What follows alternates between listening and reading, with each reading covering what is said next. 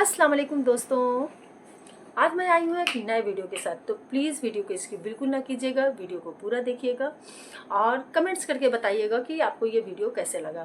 तो चलिए सुनते हैं मुफ्ती साहब की ज़बानी। अस्सलामु अलैकुम वरहमतुल्लाहि वालेकुम वबरकातुहू। अस्सलाम वरहमतुल्लाहि वबरकातुहू। उम्मीद है कि आप लोग खैर आफियत से होंगे। रमज़ान का जी, महीना तकरीबन मुकम्मल होने जा रहा है। इस मौके पर एक मसला जो हम लोगों को बहुत परेशान करता है वो ये कि कुरान मजीद जिन लोगों का अधूरा रह जाता है, किसी के 3 पारे रह गए, किसी के 4 पारे रह गए, तो वो लोग बहुत परेशान होते हैं कि अब क्या करें।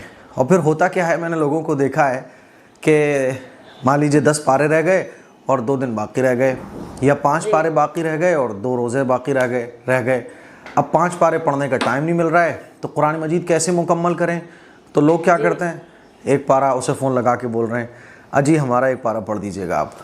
किसी को फ़ोन लगा रही हैं लड़कियां, बहन हमारा एक पारा पढ़ दोगी, वो कह रही है नहीं मेरे पास टाइम नहीं है। अरे नहीं, एक तो पढ़ ही देना, वैसे तो हम 2 पढ़वाने की सोच रहे थे आपसे, लेकिन आप एक पारा ही पढ़ दो बस, है ना। और इस तरह से फिर दूसरों से पारे पढ़वाए जाते हैं। तो आप इस सिलसिले में अच्छे तरीके से समझ लीजिए कि कुरान मजीद अगर आप लोगों का अधूरा रह जाए तो परेशान होने की ज़रूरत नहीं है। आप रमज़ान का महीना मुकम्मल होने के बाद भी अपने बाकी बचे हुए पारे पढ़ सकते हैं। ज़रूरी नहीं है कि रमज़ान में ही कुरान मजीद मुकम्मल हो। रमज़ान के महीने में कुरान मजीद मुकम्मल हो जाए बहुत अच्छी बात है, लेकिन रमज़ान के महीने में अगर कुरान मजीद मुकम्मल ना हो तो परेशान होने की कोई ज़रूरत नहीं है। आप रमज़ान का महीना गुजरने के बाद भी बाकी बचे हुए पारे पढ़ सकते हैं, ठीक है। दूसरों से पढ़वाने पर आपको पढ़ने का सवाब नहीं मिलेगा, जो पढ़ेगा उसको सवाब मिलेगा। मान लीजिए मैंने अलिफ लाम मीम का पारा पढ़ा तो मैं किसी के नाम से भी पढ़ूँ, पढ़ने का सवाब तो मुझे मिलेगा ना, एक्चुअल पढ़ने का सवाब मुझे ही मिलेगा। तो इसीलिए इस तरह से जो लोग करते हैं कि उससे पढ़वा लिए, इससे पढ़वा लिए, इस तरह से आपका कुरान मजीद मुकम्मल नहीं कहलाएगा।